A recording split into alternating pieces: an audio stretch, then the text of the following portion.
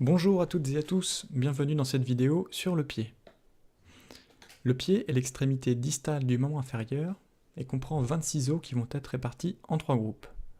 Le groupe du tarse, le groupe du métatarse et le groupe des phalanges.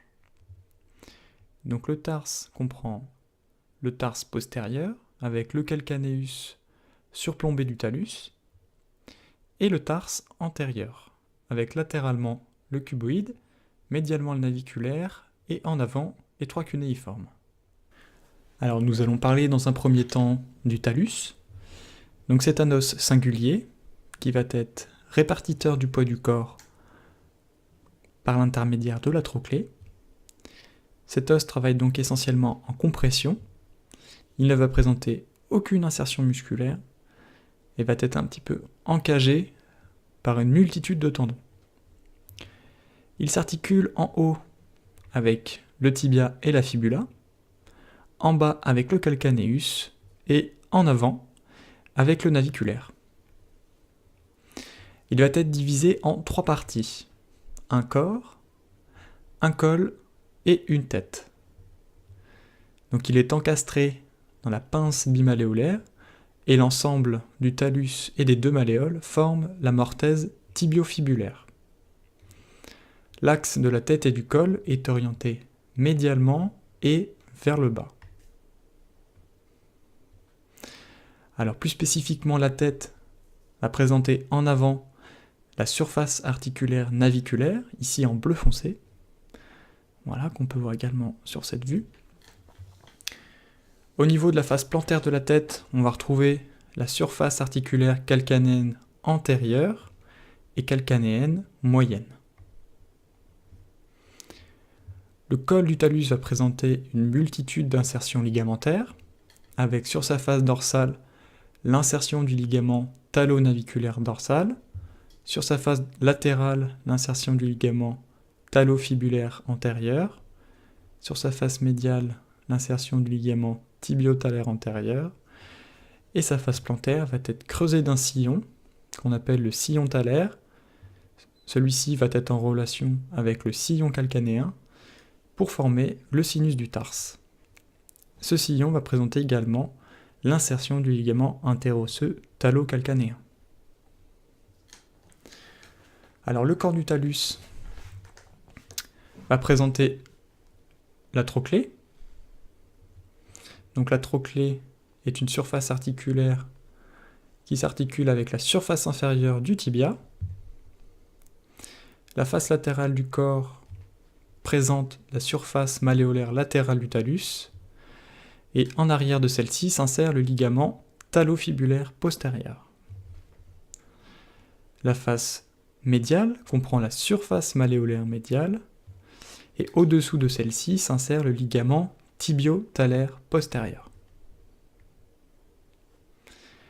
La face plantaire du corps va présenter la surface articulaire calcanéenne postérieure. Donc c'est du coup la 3e surface articulaire calcanéenne.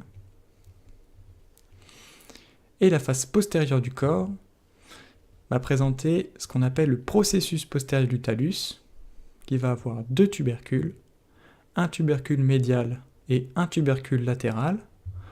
Entre ces 2 tubercules vient cheminer le tendon du long fléchisseur de l'hallux, donc dans un sillon, qu'on appelle le sillon du long fléchisseur de l'hallux. Sur le tubercule médial vient s'insérer le ligament tibiotalaire postérieur et le ligament talocalcanéen médial. Sur le tubercule latéral vient s'insérer le ligament talofibulaire postérieur. Nous allons parler maintenant du calcanéus. Donc le calcanéus est également un os du tarse postérieur. Il va être situé en dessous du talus. Il va venir s'articuler également en avant avec le cuboïde. Son axe est oblique vers le haut, vers l'avant et latéralement. La face dorsale du calcanéus comprend dans sa moitié antérieure les surfaces articulaires talaires antérieures et moyennes. Latéralement à celle-ci vient s'insérer le ligament bifurqué et latéralement à celui-ci vient s'insérer les muscles court extenseurs des orteils et court extenseur de l'hallux. Entre les surfaces articulaires talaires moyennes et postérieures, on retrouve le sillon calcanéen, on l'a vu tout à l'heure en relation avec le sillon talaire, et dans lequel s'insère le ligament interosseux talo-calcanéen. La face dorsale présente également une moitié postérieure qui ne présente pas d'insertion et est rugueuse. La face antérieure du calcanéus comprend la surface articulaire cuboïdienne. Ici, celle-ci va être surplombée par une proéminence osseuse qu'on appelle le rostrum du calcanéus, qu'on peut le voir également sur cette vue. Il vient légèrement surplomber cette surface articulaire. La face postérieure du calcanéus va comprendre 3 aires. Une aire supérieure en relation avec la bourse séreuse du tendon achilléen, une aire moyenne dans laquelle vient s'insérer le tendon achilléen, et une aire inférieure qui va être recouverte par la peau.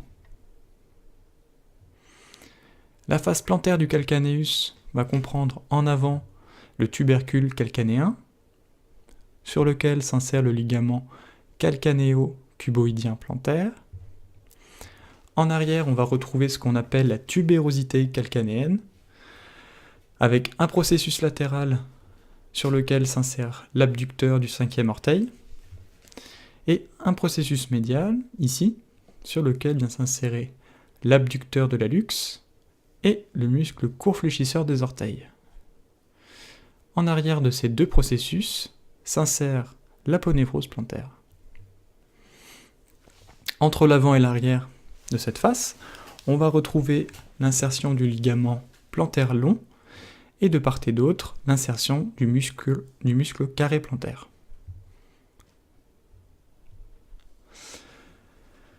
Le tiers antérieur de la face latérale présente une proéminence osseuse qui est la trochlédée fibulaire. Au-dessus de celle-ci chemine le tendon du court fibulaire, au-dessous chemine le tendon du long fibulaire.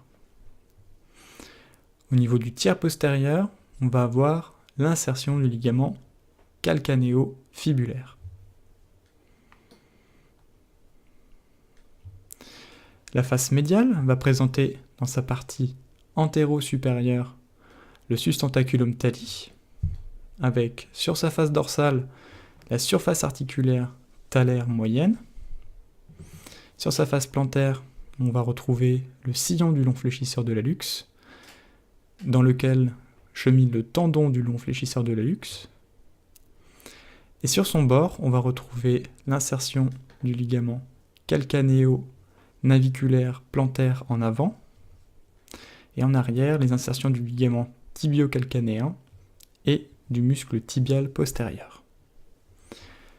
La partie inférieure de cette face, va présenter l'insertion du muscle carré plantaire. Nous allons maintenant passer au tarse antérieur avec le naviculaire. Donc cet os s'articule avec les 3 cunéiformes en avant, avec le talus en arrière et latéralement avec le cuboïde. Il va présenter 2 faces, 2 bords et 2 extrémités.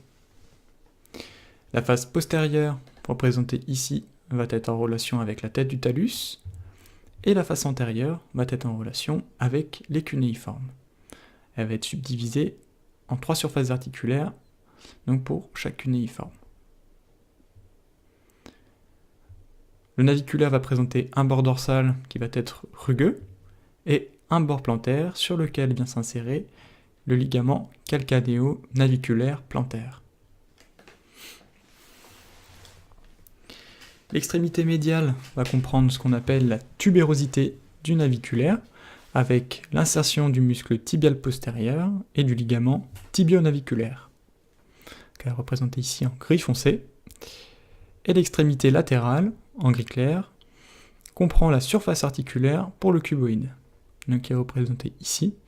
C'est une toute petite surface articulaire qui vient s'articuler avec le cuboïde. Alors le cuboïde, os latéral du tarse antérieur, s'articule en avant avec le 4e et le 5e métatarsien, en arrière avec le calcanéus, et médialement avec le cunéiforme latéral en avant et avec le naviculaire en arrière. Il va comprendre 5 faces et un bord.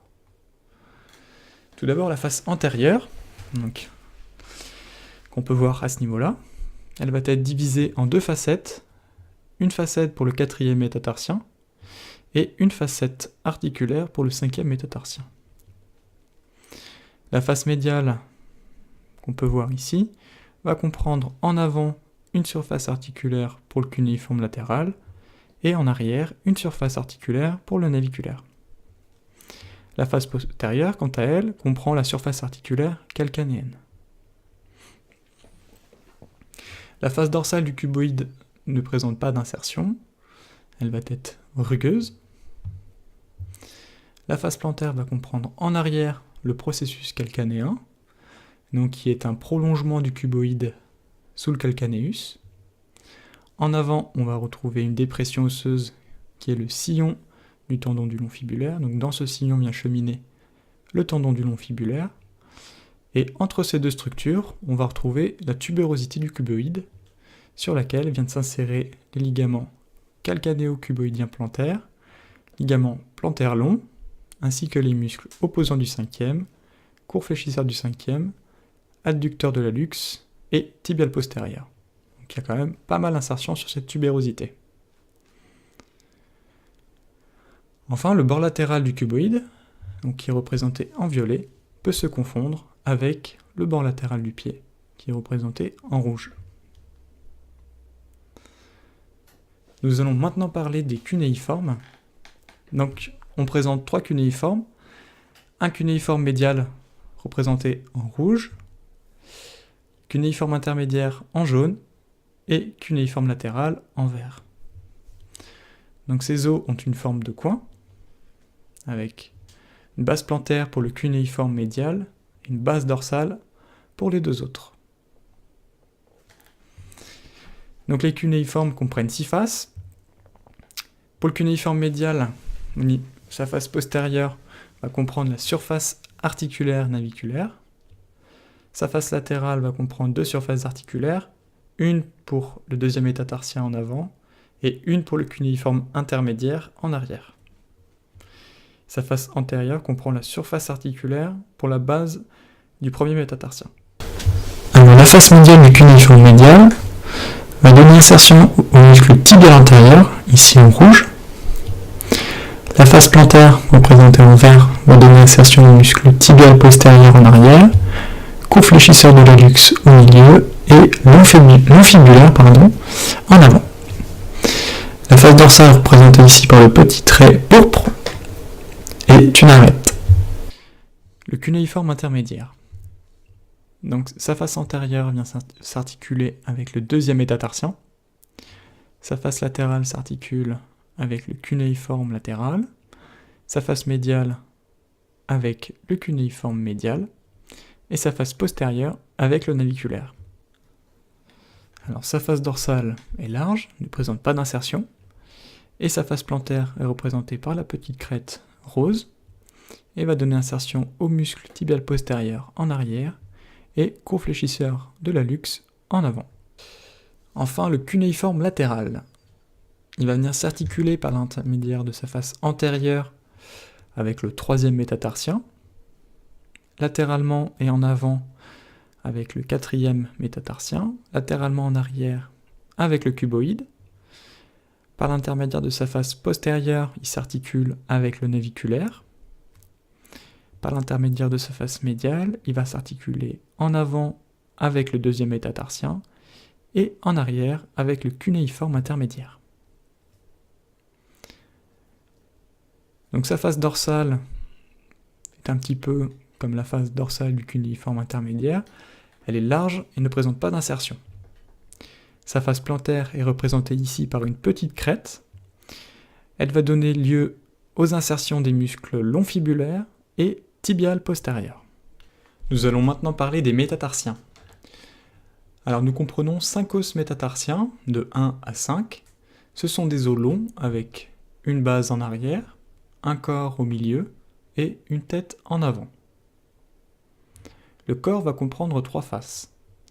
une face dorsale qui va être en relation avec le tendon du muscle extenseur des orteils, une face latérale et une face médiale. Les faces latérales et médiales vont donner lieu à l'insertion du muscle interosseux dorsal. Le corps comprend également 3 bords, un bord médial, un bord plantaire et un bord latéral. Au niveau de la tête, on va retrouver une surface articulaire s'étendant sur la face plantaire, et les faces latérales et médiales donnent insertion aux ligaments collatéraux métatarso-phalangiens. La base va comprendre 5 faces, donc 3 faces articulaires. La face postérieure s'articule avec le tarse, les faces latérales et médiales s'articulent avec les métatarsiens adjacents, et on retrouve 2 faces non articulaires, donc une dorsale et une plantaire. Plus spécifiquement, nous allons parler du premier métatarsien.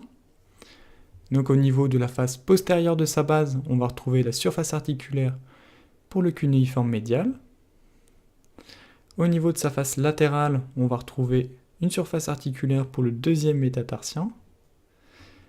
Au niveau de la face plantaire, on va retrouver ce qu'on appelle la tubérosité du premier métatarsien, sur lequel vient s'insérer le muscle long fibulaire, et on va retrouver également l'insertion du muscle tibial antérieur. La tête va présenter des fossettes qui vont être en relation avec les os sésamoïdes.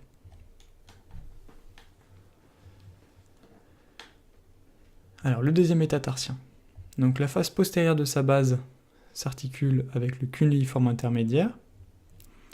La face médiale va présenter une surface articulaire pour le cunéiforme médial en arrière et une surface articulaire pour le premier métatarsien en avant. La face latérale de la base va présenter 2 surfaces articulaires pour le troisième métatarsien et 2 surfaces articulaires pour le cunéiforme latéral. La face plantaire va donner lieu à l'insertion du muscle tibial postérieur. Le troisième métatarsien. Donc au niveau de la face postérieure de sa base, on va retrouver la surface articulaire pour le cunéiforme latéral. Au niveau de sa face médiale, on va retrouver 2 surfaces articulaires pour le deuxième métatarsien. Sa face latérale comprend la surface articulaire pour le quatrième métatarsien. Et sa face plantaire va comprendre les insertions du muscle adducteur de l'hallux et tibial postérieur. Le bord plantaire, quant à lui, va présenter l'insertion du muscle interosseux plantaire de l'hallux. Le quatrième métatarsien va présenter au niveau de la face postérieure de sa base une surface pour le cuboïde. Au niveau de sa face médiale, on va avoir une surface pour le cunéiforme latéral et une surface pour le troisième méta. Sa face latérale va comprendre la surface articulaire pour le cinquième métatarsien. La face plantaire de la base va comprendre les insertions du muscle tibial postérieur et adducteur de l'hallux. Le bord plantaire, quant à lui, va présenter l'insertion du muscle interosseux plantaire du deuxième orteil. Le cinquième métatarsien, donc au niveau de la face médiale de sa base, on va retrouver en arrière une surface pour le cuboïde, en avant une surface pour le quatrième méta. Au niveau de la face latérale, on va retrouver ce qu'on appelle la tubérosité du cinquième métatarsien, sur laquelle viendra s'insérer le muscle court fibulaire. Au niveau de la face plantaire, on va retrouver les insertions du muscle abducteur du cinquième et court fléchisseur du cinquième. Sur le bord latéral de ce méta, vient s'insérer le muscle opposant du cinquième orteil, et sur le bord plantaire vient s'insérer le muscle interosseux plantaire du troisième orteil. Donc pour finir, nous allons parler des phalanges. Donc les phalanges sont situées juste en avant de la petite ligne rouge en pointillé. Au niveau de l'hallux, on va avoir 2 phalanges uniquement, et au niveau des orteils 2 à 5, 3 phalanges.